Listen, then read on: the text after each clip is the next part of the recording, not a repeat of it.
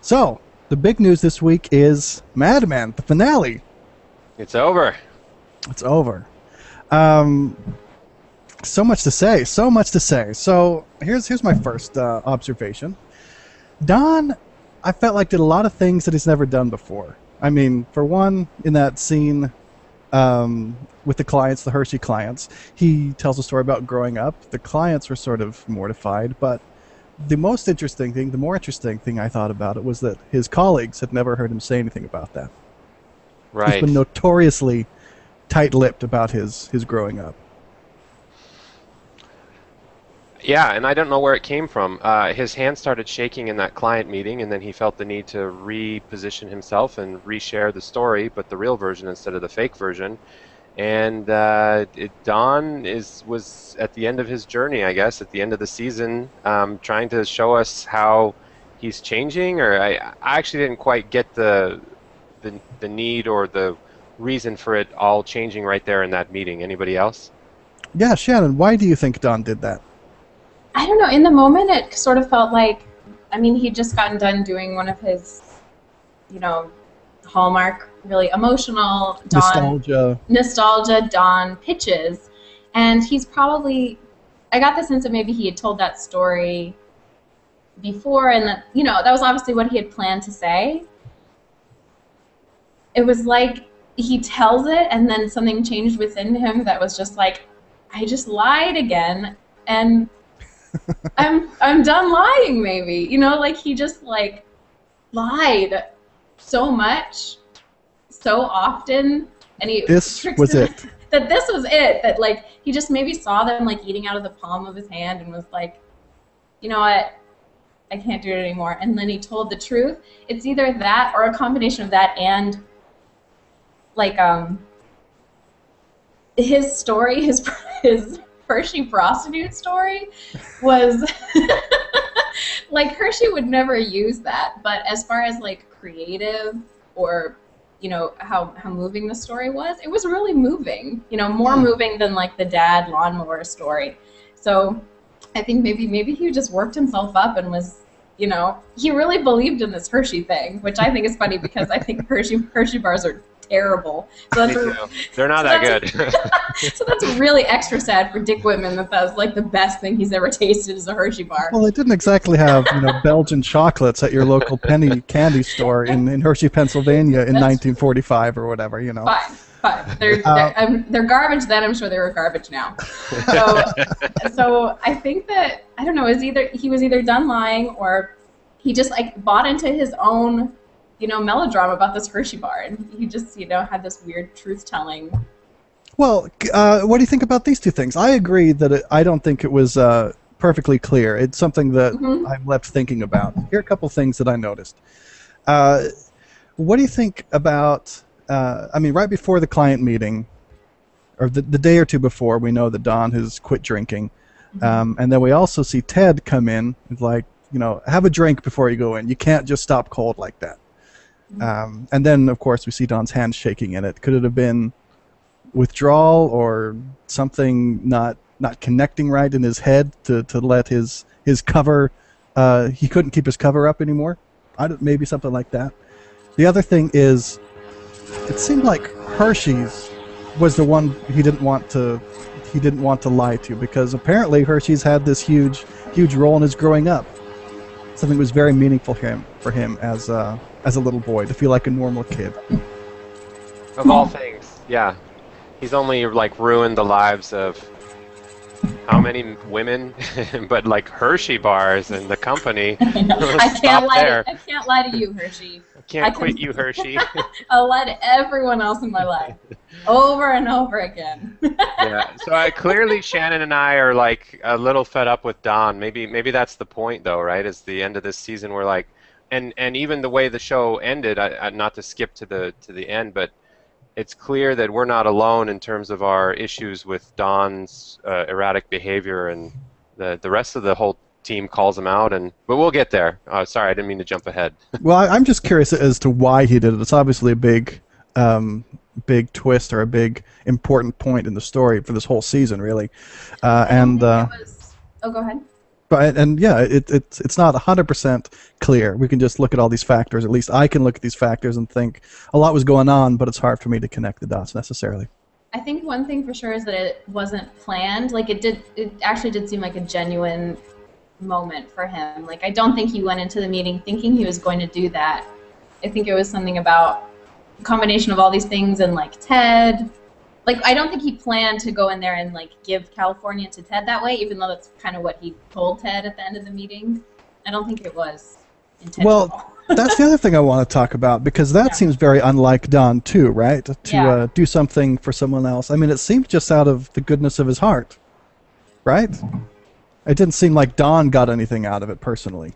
I think he kind of did. He really, even though he's not done this specifically before with his own story, he has done this in pitches before when, you know, he'll just blow it up. And like sometimes the clients will buy it, you know? Like Don's creative like persona is this like, this is art, so fuck you if you don't get it because I do, you know? So I think that even if he was being genuine in the moment, he enjoyed it. He liked being like, yeah, I'm a horse on in front of like all these executives. Really? He seemed to like he had his head in his hands. You thought he enjoyed that, huh? I thought it looked like he was not enjoying it. I mean, I think it's, you know, it's telling the truth is painful, but then he felt free afterwards. He walked right out of there. He was like a burden off his shoulders. Yeah, I think he felt good. So what about letting Ted go to California? That was the other thing I was thinking about that seemed to just be nice out of the goodness of his heart. That's not usually like Don. I think that actually he subconsciously was letting himself off the hook by doing that because he wants Megan to go and he doesn't want to go with her. Oh, wow. Really? I didn't see it that way. I thought it was he saw himself in Ted, and he thought he could save Ted before it was too late. Because Ted was at a pivotal moment where he could, you know, ruin his marriage, run off with Peggy, which Don sort of presented as something that would be short-lived anyway, or he could try to save his marriage and live his life normally. And if Don had his way, he wanted to get out. He wanted to facilitate Ted's life not being ruined. So I thought it was kind of an altruistic, hey, I'm going to save myself through saving this other guy. But this whole Megan thing has me sad now because if he wanted to somehow orchestrate being parted from Megan, I don't know. I have to think about that. Well, maybe. How did Don seem to take the news of Megan leaving? It was hard to read him on that one. I couldn't tell if he was happy or unhappy. I guess I assumed he was unhappy, but I don't know if I can really point to anything specific to make that conclusion. I mean, I guess. Well, I don't know if we don't know if necessarily she did leave him. She left the apartment, right? You know, but maybe she was just mad. And I'm staying at my mother's this weekend, or you don't know how severe it is. We have no idea. Yeah, she did say something that she hasn't, said before. She's like, the train is leaving the station. She was like, we made these plans. Like, for once, you put me first. Like, because, she made it clear in this episode she's had lots of opportunities to go to California, but she never thought that he would ever be able to, give up his career for her. And now he's made it clear he's not going to do that. So I have a question for you guys, though. That's how it played out with Megan in that scene, but then by the end of the episode, we learn that Don needs to take time off because the rest of the team basically tells him so because he's been not good at his job through their eyes.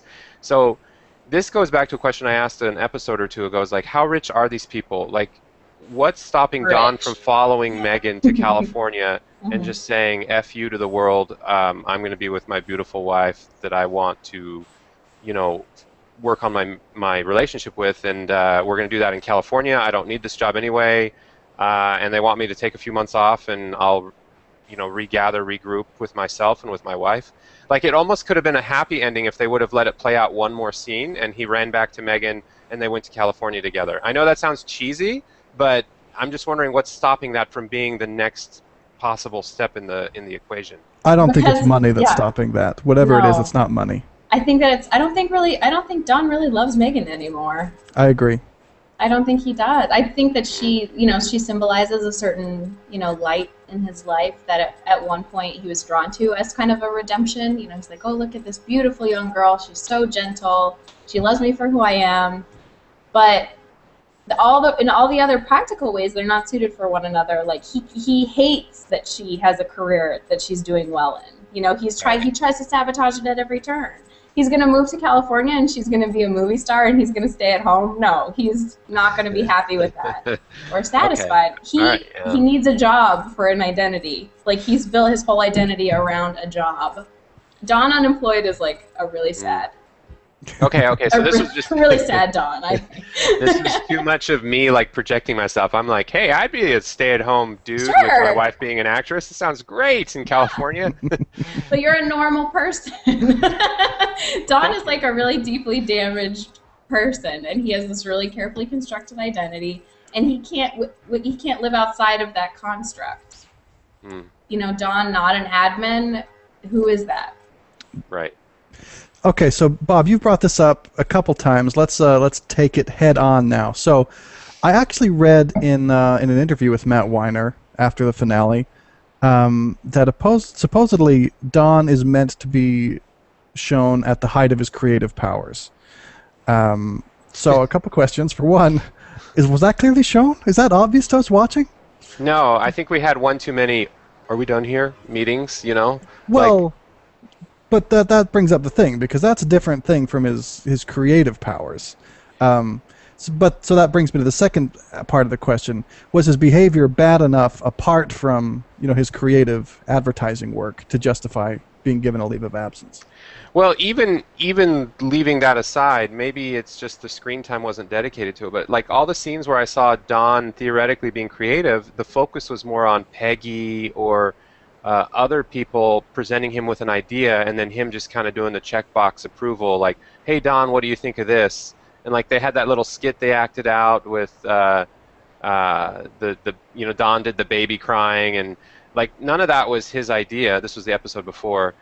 I don't remember. Like, do you guys remember the last scene where Don was the one who came up with the like, hey, "We're saved. Here's the solution"? Everything I've seen is, "Hey, let's run this by Don. What do you think, Don, of this creative idea I came up with?" And then he tries to get out of it as quickly as possible with his, "Are we done here? I've got other things to do." Well, I think that's the creative director's job, not to come up with the initial ideas, but to choose among competing ideas which ones are the right ones to go forward with. I mean, I think that's his job, honestly. Okay, well then maybe I disagree with the premise that that's valuable or at the height of any sort of power. Like, I don't see what the value is there. At least it wasn't shown to me in this season specifically. Other seasons, I guess I remember Don being a little more valuable, but here, if that's really a job, it seems like overpaid and overappreciated. I think that Don's work is, even though, okay, so it's deemed not valuable by his coworkers because clients aren't buying it, but I think over the course of the whole show, Don's ads have been really on the cutting edge of advertising and getting closer to like what we would recognize today as advertising. But the clients keep telling him they don't want that. They want what they think of as advertising. Where was the hotel? Was the hotel Hawaii? Yeah. They're like, "Where's the hotel?" And he's like, "My ad is beautiful." And they're like, "It's kind of depressing. It's kind of about suicide." And he's like, "I know." But so like that's what we would recognize today as advertising. Like, if you turn on the TV and see a commercial now, you don't know what it's for until the end. They bombard you with these like emotional things, these visuals that pull stuff out of you, and then it's like socks. Like you don't get it until the end. And Don is ahead of his time with all of his ads, I think. And the agency doesn't see that as necessarily valuable all the time because the clients don't want it yet. But I think we're meant to understand that his ads are really creative and beautiful. Even that Hershey prostitute thing was creative. Was creative and beautiful. Like from purely an art standpoint, no one's ever going to advertise their product that way. Right. But maybe now with a little twist, we might see like a poor kid being like Hershey's today, but then no. Okay, well, I think you've sold me. I think I'm bought in a little more, but I still want to fault the show a little bit just because of the way it focused completely away from Don being for this theoretically for for the creator of the show to say, no, this season is where he's at the top of his creative power or influence, I don't know. It feels like if that's true, then we should have seen more of that at play, because it seemed like that was backburnered by comparison to other seasons. So for the show's creator to actually have to say it is very telling, because I wouldn't have known it unless he said it. I think creative powers, he's at the height. Creative influence, he's at a pit. Like, there you go. He wrote that letter to Sylvia that was apparently very moving. We didn't see him read it ever, I don't think. But he thought of that as an ad pitch, right, when he was trying to get her back? Yeah, definitely. I think he's at his peak as an artist, but yeah, as valued to the company, no. And so I think it makes total sense that they showed him the door. Okay, so just a little more on this. I feel like it's getting interesting. But to put my view out there is I tend to agree with Bob that it's not really showing us if he's really creative. Before the merger, we just had all these times when Don's team would come up with something and Ted and Peggy's team would come up with something. And we see both pitches, and it's like, I don't really know which is a better work of advertising. Yeah. Both look good. And he wasn't necessarily selling all of them, and it could be what Shannon's talking about. But let's say, hypothetically, that everyone Don works with realizes that Don's creative work is great. Let's just say that hypothetically. Okay. Has Don's behavior been bad enough, even with that being the case, to justify giving him a leave of absence? Or do they need to sort of rely on the fact that his work has been bad too? Well, certainly relying on his work being bad would make for an easier case, but I think since they didn't do that as much, we were left with the behavior thought. And I don't know, I felt like it was on the verge, like the Hershey situation was kind of a tipping point, but I didn't expect that to just have the house of cards fall.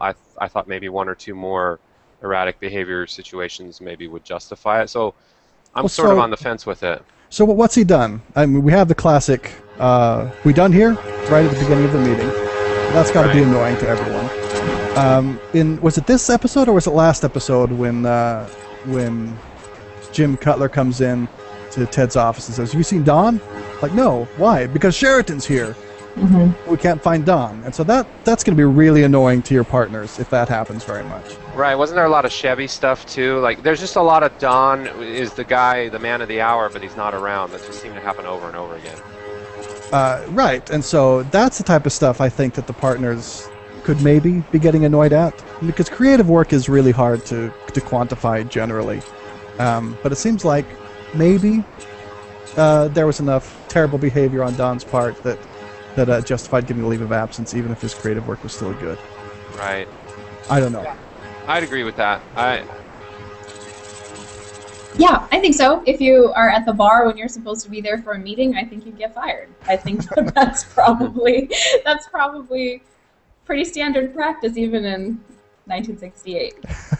Well, especially now that. Oh, sorry. Go ahead.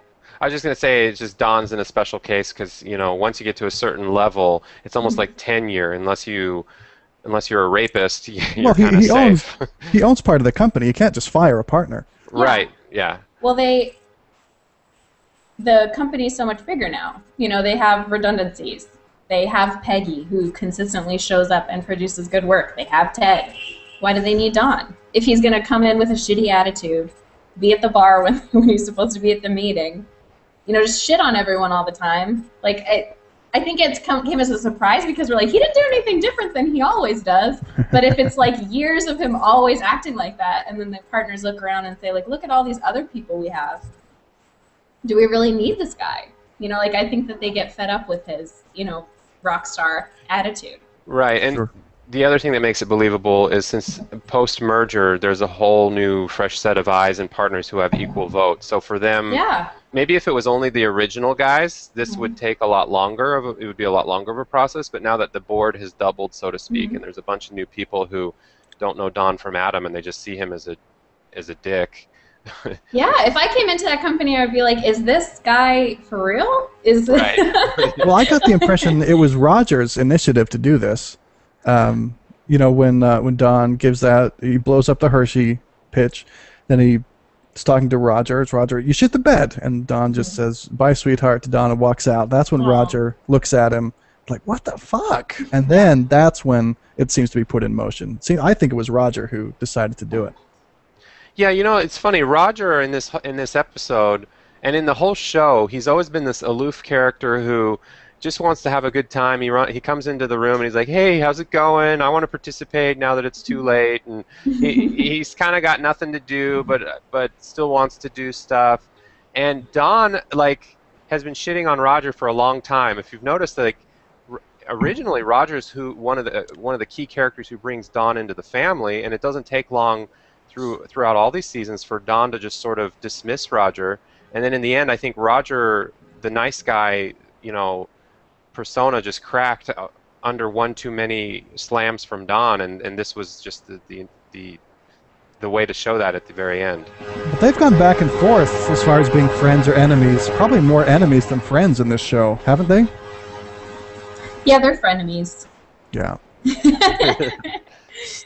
All right. Oh, also, just a quick aside. In that same interview with Matt Weiner I read, he also said it should have been clear to the audience that Joan got the Avon account and that, we all should have known that. Oh, that was clear? No, I don't think so.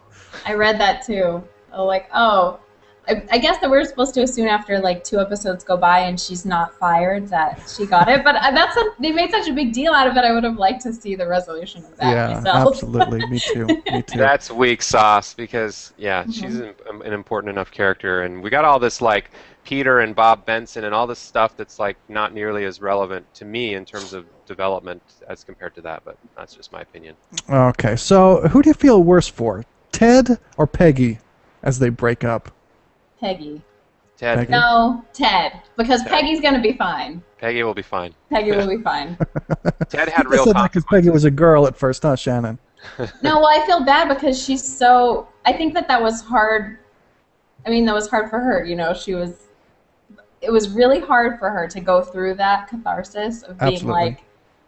oh, great, you have decisions. Everyone has decisions. I don't have decisions. But now, going forward, she's going to be the gal in the pantsuit, in the awesome plaid pantsuit, making the decisions, and she's going to be fine. And Ted's going to be in California. So Peggy's really the de facto creative director.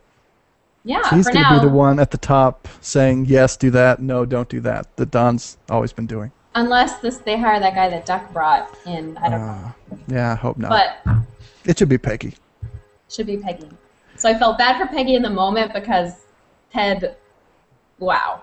But she'll be fine. She'll be fine. Do you think Peggy has a shot at being successful in both her career and in love in this show? I think now she will. Because I think before, her relationship with Abe made sense at the time. She outgrew it. And then she was kind of confusing. I think she was confusing her love of her career with her love of Ted. Okay. He was her work husband. He's, this person at work that gets her, sees her, gives her the kind of affirmation that Dawn never did give her as a mentor. So I think that confused her because, in addition to the fact that she was, he was obviously attracted to her. So I think that now that she sees the lines clearly, there's my romantic life, there's my work life, I think now she'll be able to find somebody. That'll be a real partner for her. If she were in this position, I'm sorry.